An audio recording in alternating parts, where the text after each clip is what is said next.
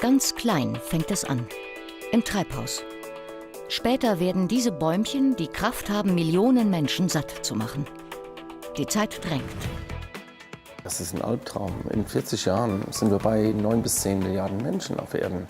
Und schon jetzt hungern knapp 1 Milliarde. Wir müssen Lösungen bieten. Wir müssen Lösungen bieten.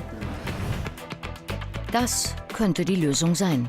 Junge Brotfruchtbäumchen aus Rheinhessen. Und dieses Trio will der Wunderpflanze zum Durchbruch verhelfen. Werden sie es schaffen?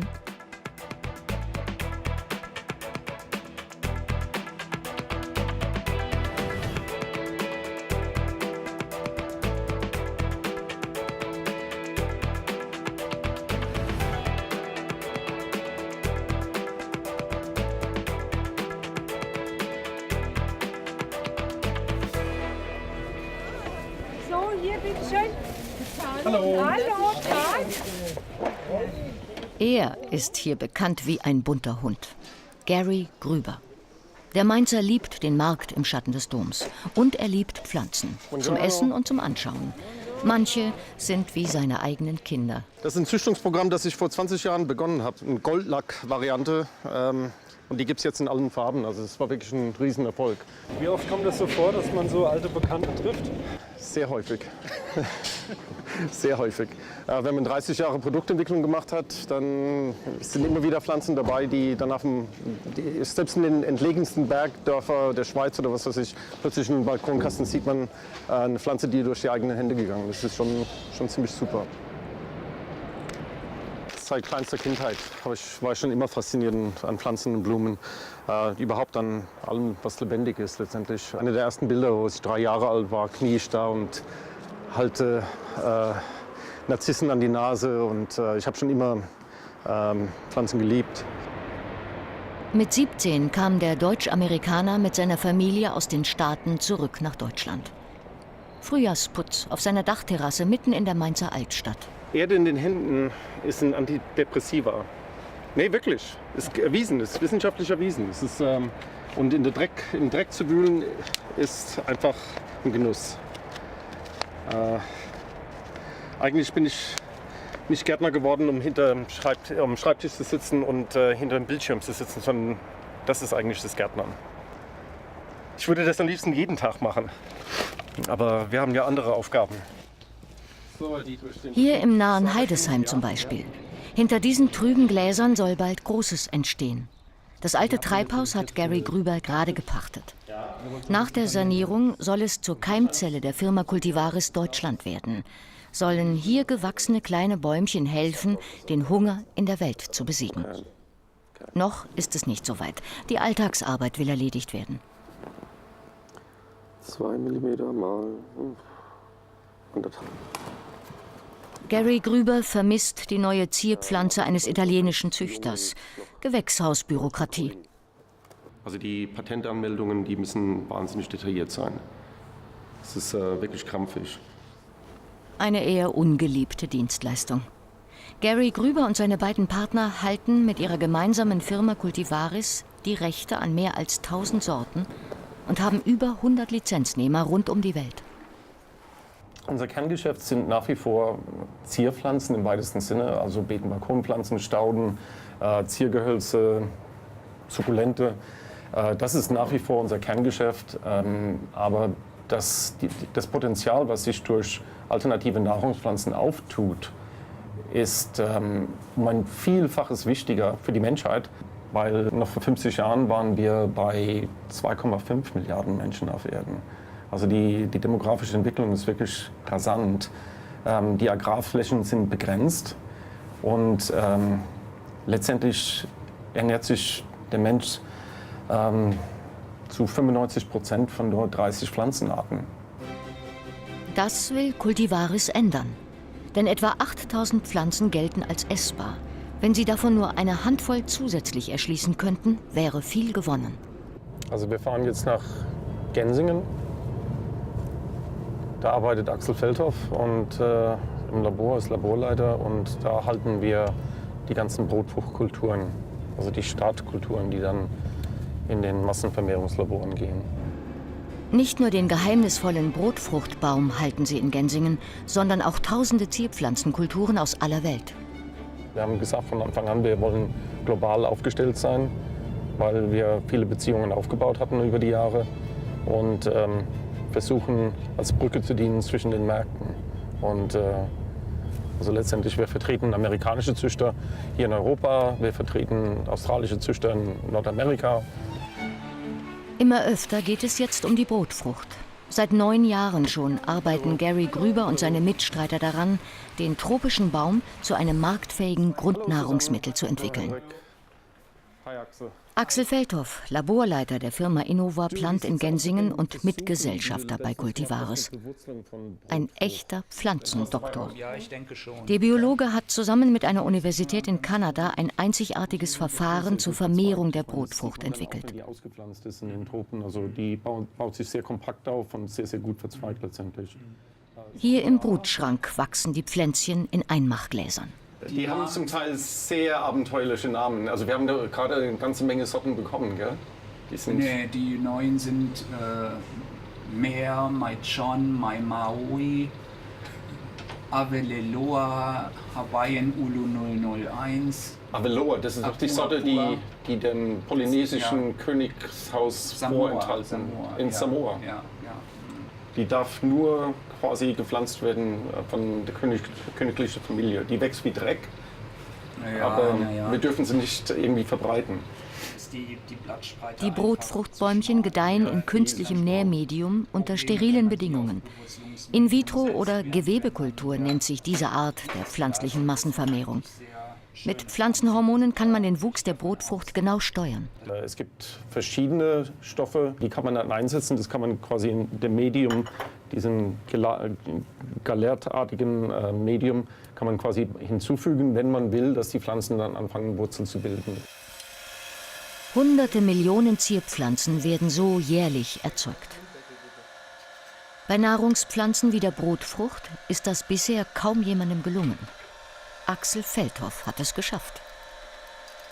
Immer wieder muss er testen, ob die Kulturen gesund sind. Denn auch Pflanzen können krank werden.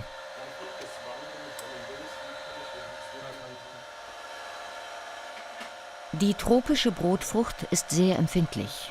Deshalb musste Axel Feldhoff, der Pflanzendoc, die Kulturen erst einmal von gefährlichen Bakterien befreien. Eine Puzzlearbeit, die sich über Jahre hinzog. Dabei erschufen Axel und Gary einen Standard, der inzwischen weltweit in der Branche angewandt wird, um Pflanzenkrankheiten zu reduzieren. Mithilfe der Gewebekultur sind wir jetzt in der Lage, eben die Bäume stärker vermehren zu können, als das auf herkömmlichem Wege der Fall war. Und damit ist die massenhafte Vermehrung der Brotfrucht möglich. Und erste Investoren werden hellhörig. Befallene Proben erscheinen gelblich. Sie werden aussortiert. Die sauberen gehen in die weite Welt, ausgerechnet von Rheinhessen aus. Denn es war Georg Forster, der Mainzer Naturforscher, der den berühmten Brotfruchtbaum während einer Südsee-Expedition mit James Cook entdeckte.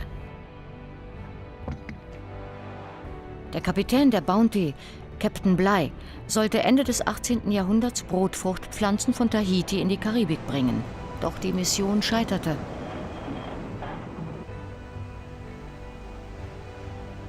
(1788) erreichte die Bounty Tahiti. Ausgezehrt von der langen Reise genoss die Mannschaft die Gastfreundschaft der freundlichen Insulanerinnen. Bei der Rückfahrt hatte das Schiff 1000 Brotfruchtpflanzen geladen. Es war sehr eng an Bord und schon bald kam es zur berühmten Meuterei auf der Bounty.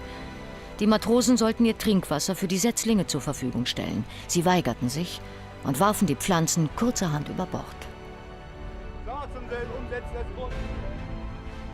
Wenig später aber verpflanzten die Briten die Brotfrucht doch noch erfolgreich in die Karibik. Bis heute ist sie dort nicht wegzudenken. Jetzt gehen wir gerade in den Sterilraum rein. Hier werden die Kulturen an Sterilbänke bearbeitet und vermehrt.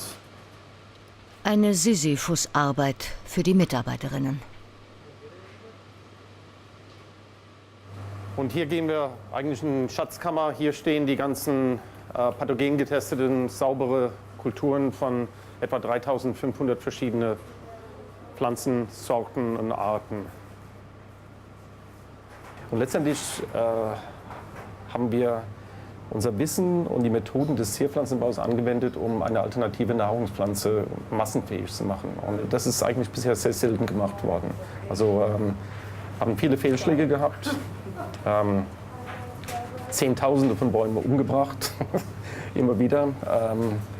Aber letztendlich, nach mehreren Jahren, ist es dann doch erfolgreich gewesen. Also das ist, in Tempelanlagen hat man das Heiligtum so quasi. Und das ist letztendlich das gesamte Ausgangsmaterial für die Weltproduktion der meisten Beetenbalkonpflanzen weltweit für 2017. Kapital der Firma. Ja, und von anderen Firmen auch letztendlich. Also es ist, Von anderen Firmen. ja, weil Innovaplant hält auch das Liedematerial auch von Drittfirmen als Dienstleistung letztendlich. Also da Axel so spezialisiert ist auf Virologie und jahrzehntelange Erfahrung hat, vertrauen andere Firmen, auch Wettbewerber, letztendlich ihre Sorten und ihre pathogen getestete Kulturen dem Axel an. Also die sind gerade frisch bearbeitet worden hier. Das schauen wir uns genauer an. Von den gesunden Edelkulturen werden unter sterilen Bedingungen Pflanzenteile entnommen. Dabei nutzt Cultivaris die Fähigkeit der Brutfrucht, selbst aus kleinsten Resten wieder ganz neue Pflanzen zu bilden. Jede Zelle kann so wieder zu einer kompletten Pflanze heranwachsen. Pretty good. Morgens 5:30. Das Büro von Cultivaris Deutschland. Noch ist das Gary Grübers Wohnzimmer. Noch sind sie nur ein Ableger der amerikanischen Firma Cultivaris mit Sitz in San Diego, Kalifornien. Eine Skype-Konferenz. Am anderen Ende Josh Schneider, der dritte Gesellschafter, und Mike Trotter, ein Unternehmensberater. Es geht um den Businessplan von Cultivaris Deutschland, für den sich Gary die letzten Tage und Nächte um die Ohren geschlagen hat. Okay. Right. Possible. And Gary, our goal in this is for you to get this quickly,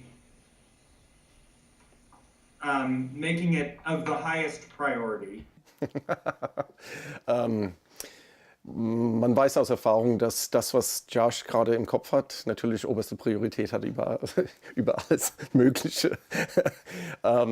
Und zu meiner Verteidigung, wir haben Donnerstagabend darüber gesprochen, ich war offiziell im Urlaub und ich habe am Freitag den ganzen Tag daran gearbeitet, an dieses Dokument, und keiner hat es angeschaut. Aber der Josh weiß auch ganz gut, Druck auszuüben. Der weiß es ganz gut. Der weiß auch ganz genau, welche Knöpfe er bei mir drücken muss. Ja.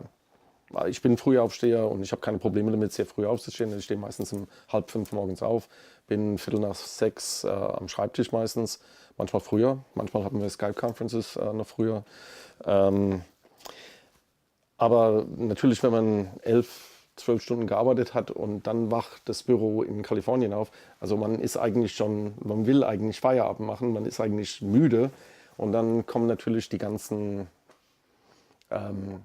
koffinierte Mitarbeiter, die voller Energie und Elan stecken und die wollen natürlich wahnsinnig viel loswerden. Klassische Musik zur Entspannung. Im Büro, im Auto. Gary Grüber auf dem Weg nach Vaihingen an der Enz in Baden-Württemberg. Hier sitzt der Jungpflanzenbetrieb Fleischle, spezialisiert auf Zimmerpflanzen. Auch die brauchen Wärme, genau wie die Brotfrucht. Und damit sich die 6000 Jungpflänzchen nicht erkälten, liefert sie der Pflanzenversteher persönlich ab. Der Nachwuchs aus dem Reagenzglas. Hier soll er sich langsam an die Natur gewöhnen. Was haben Sie denn da Schönes mitgebracht? Das sind Brotfruchtbäumchen aus dem Labor in Krakau, Polen. Die sind gestern angekommen, direkt von Krakau. Und das ist jetzt die Sorte Maafala, die sieht sehr, sehr gut aus. Ist gut verzweigt, hat schöne Wurzeln und sicherlich auch gut anwachsen.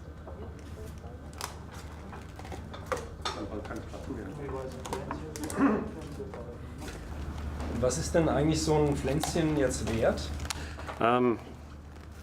In diesem Stadium sind sie noch relativ erschwinglich. Aber wenn die dann angepasst sind, die brauchen ja 12 bis 18 Wochen hier im Gewächshaus. Und dann ist ein so ein Bäumchen eigentlich $10 wert. Geht's? Ja, danke schön. Die Bäumchen müssen jetzt lernen, mit Erde klarzukommen. Sie brauchen wochenlang etwa 23 Grad, viel Licht und Feuchtigkeit.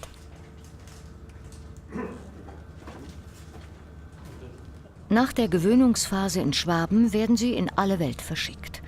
Nach spätestens 3 Jahren tragen sie die ersten Früchte. Diese sind sehr vitamin- und stärkehaltig, etwa wie Kartoffeln, nur dass sie eben an Bäumen wachsen. Aus der Brotfrucht kann so ziemlich alles hergestellt werden. Pommes, Nudeln, Mehl, Chips, Eintöpfe, Bier, Schnaps und vieles mehr. Man kann Brotfrucht aber auch als Fischnahrung oder in der Schweinehaltung verwenden. Noch ein bisschen gießen und dann schön schwitzen.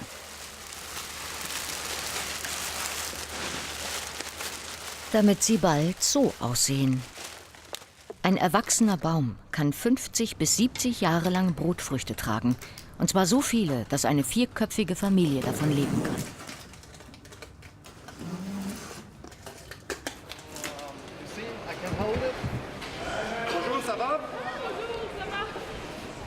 Internationale Pflanzenmesse in Essen, die größte der Welt. Und Gary Grüber hat natürlich seinen Brotfrucht-Vorführbaum mit dabei. Denn längst hat neben den Zierpflanzen das Brotfruchtprojekt an Bedeutung für Cultivares gewonnen. Seit langem ist die rein hessisch-amerikanische Geschäftsführung mal wieder vereint. Darf ich vorstellen, das ist unser Geschäftspartner Josh Schneider aus San Diego, Kalifornien. Spricht hauptsächlich nur Amerikanisch. Ein paar deutsche Wörter kann er, aber nur die falschen. Josh ist auch federführend beim Brotfruchtbaumprojekt. Beschäftigt sich wirklich intensiv damit. Josh, do you want to introduce yourself a little bit? What you do? I work with the Breadfruit Project. Ich arbeite am Brotfruchtprojekt, koordiniere Logistik und Bestellungen, kümmere mich um Importbestimmungen, verhandle mit Empfängerländern und manchmal auch mit Universitäten, weil wir jedes Projekt wissenschaftlich begleiten lassen, um Erfolg zu garantieren. In diesem Jahr wird Josh Schneider noch 30 Länder besuchen. In Afrika, der Karibik, in Mittel- und Südamerika. Mindestens 100.000 Brotfruchtbäume wollen sie noch auf die Reise schicken. Brotfrucht helfe vor allem der armen Bevölkerung, sagt Josh Schneider. Brotfrucht bedeutet für sie Freiheit. Brotfrucht ist etwas, das nicht einer staatlichen Kontrolle unterliegt. Es ist kein Almosen. Es erlaubt Menschen, eine gewisse Kontrolle über ihr eigenes Leben zu haben. Das ist der Aspekt, den ich am meisten schätze an diesem Projekt.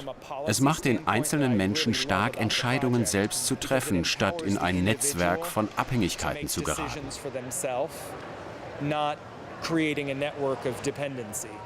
Allzu häufig werden Gelder in Entwicklungsländern verschwendet und missbraucht. Mit Brotfrucht kann man diese ganze Misswirtschaft einfach umgehen. Ein einziger Baum kann das Leben einer Familie ändern. 5 Bäume können ihren sozialen Status komplett verändern.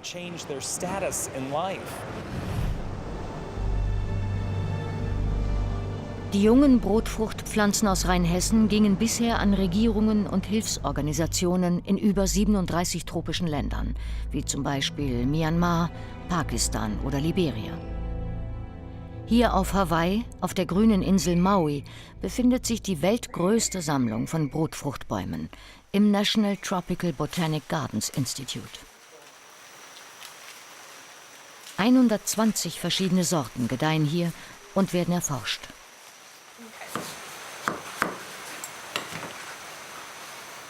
Die eiweißreichen Früchte enthalten eine sehr hochwertige glutenfreie Stärke.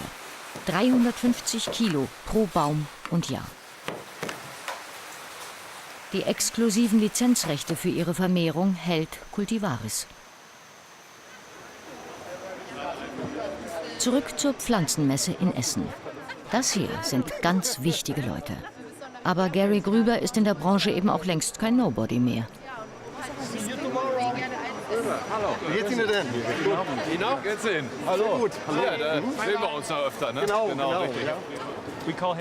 Wir nennen ihn den magischen Grüber. Hinter uns, das sind die ganzen Würdenträger der Messe Essen und der internationalen Gartenbauindustrie und wir laufen da schnurstracks mit der Kamera rein. Das ist perfekt. Er braucht sich wirklich nicht verstecken. Der Mainzer ist in diesem Jahr einer der Messestars. Momentan scheint es nur noch bergauf zu gehen für ihn. Preisverleihung für neue Pflanzenkreationen. Also es wäre der 3. Preis, den wir bekommen haben bisher. Ja. Also ich meine, das ist die Messe. Das ist schon ziemlich geil. Sie können mit neuen Produktneuheiten. Die internationale Pflanzenwelt kürt die besten Neuheiten des Jahres. 76 sind eingereicht. Cultivares geht mit einer Primel ins Rennen und Gary Grüber holt den Preis. Ruhig so ein bisschen in die Mitte, dann haben wir das schön mit drauf, die Pflanzen. Ne? Dankeschön. Seine Primel 31, Sieger in der Kategorie Frühjahrsblüher.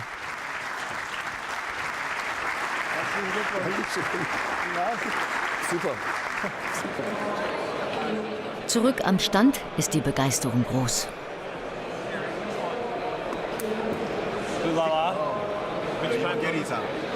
Okay. Yes. Congratulations. Die Firma, von der wir diese Züchtung haben, die diese Sorte gezüchtet haben, der Inhaber, der ist gerade hier aus Japan. Das ist eine japanische Kreuzung zwischen 2 Wildarten. Die fängt an, im Januar zu blühen, die hört nicht auf, die blüht bis November durch. Ausdauer brauchen auch die 3 Gesellschafter von Cultivares. Seit Jahren arbeiten sie an ihrem Traum, die Brotfrucht als Nahrungsmittel marktfähig zu machen. Langsam wird es spannend. Das Interesse an ihrem Baby steigt. Der japanische Chef eines internationalen Pflanzenkonzerns will mit Brotfrucht Stärke produzieren und mit Hilfe der 3 Experten von Cultivares auf Sri Lanka riesige Plantagen anlegen.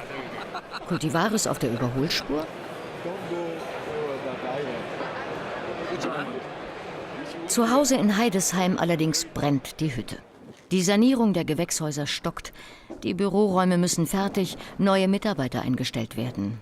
Und nebenbei soll ja auch noch der Versuchsanbau für ihre Neuentwicklungen weiterlaufen. Da topft sogar der Chef um. In der Zeit, in der Amerika schläft, versteht sich. Der Businessplan ist zwar fertig, doch die Eintragung der neuen Firma zieht sich hin. Wochenlang schon stricken sie am Gesellschaftervertrag. Wir haben jetzt einen Vertragsentwurf dem Notar geschickt und wir warten nur auf einen Termin und wir haben gedrängt, dass es möglichst vor dem 1. Mai stattfinden soll. Inzwischen klopfen Großinvestoren an, aus Amerika und aus Deutschland. Lange hat das Cultivares-Trio geglaubt, alles aus eigener Kraft stemmen zu können.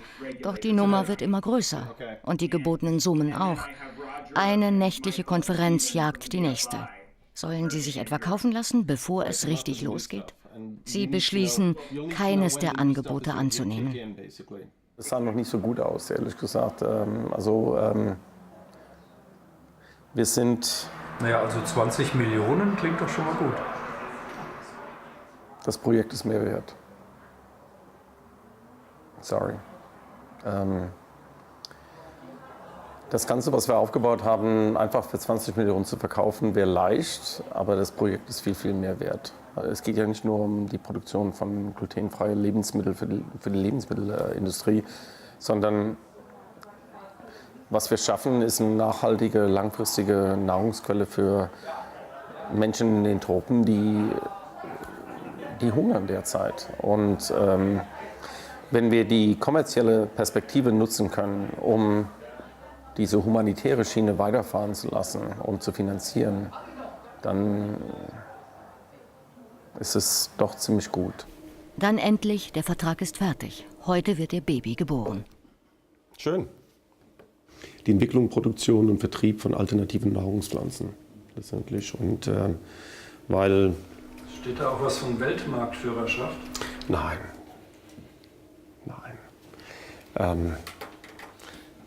Streben wir natürlich insgeheim an, aber...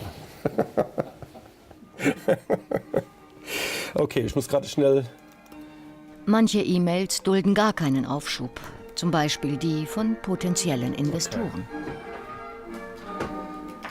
Das wäre auch weg. Axel hat das Know-how bei Gewebekultur und ich habe das Know-how bei der Produktentwicklung nach drei Jahrzehnte Erfahrung. Und das wollen die. Deshalb sind die bereit zu investieren. Nicht wegen den kleinen Gewächshäusern da in Heidesheim. Darum geht es nicht.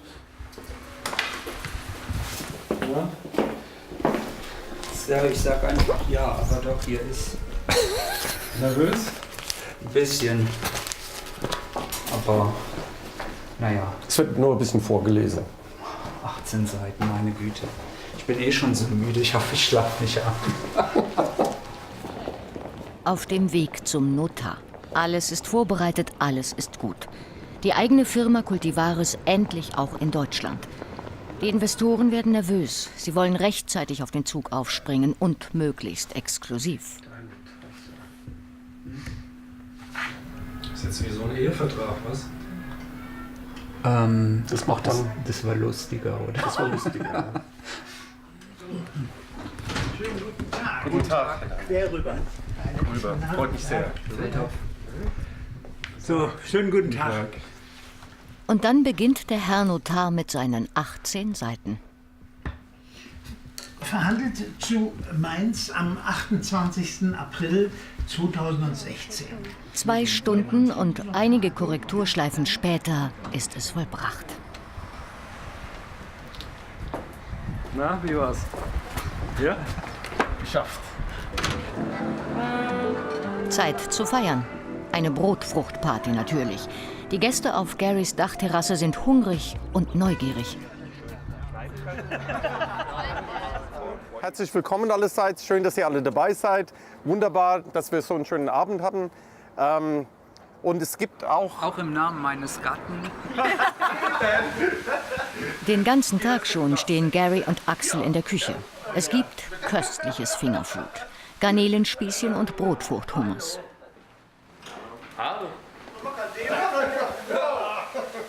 Das Brotfruchtmehl, extra teuer aus Tahiti eingeflogen, und Gary zaubert.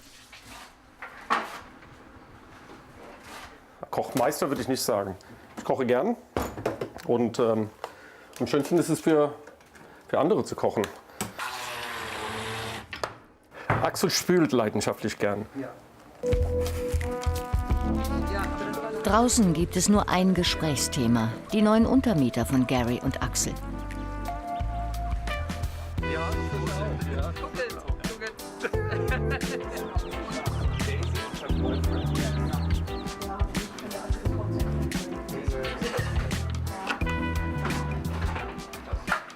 Drinnen muss Brotfrucht aus der Dose herhalten. Die frische Frucht, extra bestellt beim Großmarkt, ist nicht rechtzeitig gekommen. Ich würde sagen, die Bäume, die wir bisher ausgeliefert haben, in 40 tropischen Ländern, um die 73.000 Bäume. Und wenn man bedenkt, dass jeder Baum eine 4-köpfige Familie ernähren kann, über 50 bis 70 Jahre, das sind 250.000 Menschen, die dank unserer Arbeit was zu futtern haben werden. Das ist, wenn ich nichts anderes geschafft habe im Leben, das ist eigentlich ein schönes Vermächtnis. Brotfrucht macht es möglich, auch als Chips. Diese Frucht scheint einfach unschlagbar vielfältig. Und natürlich das Hummus, aus Brotfrucht statt aus Kichererbsen. Die Gäste beeindruckt und das Fest für Gary und seine Jungs ein schöner Auftakt in eine sicher sehr aufregende Zukunft. Was wir noch nicht verraten haben, ist, dass es auch ein bisschen was zu feiern gibt. Nicht nur Brotfruchtgerichte, sondern Axel und ich haben vergangene Woche, Cultivares GmbH gegründet. Ha! Hey.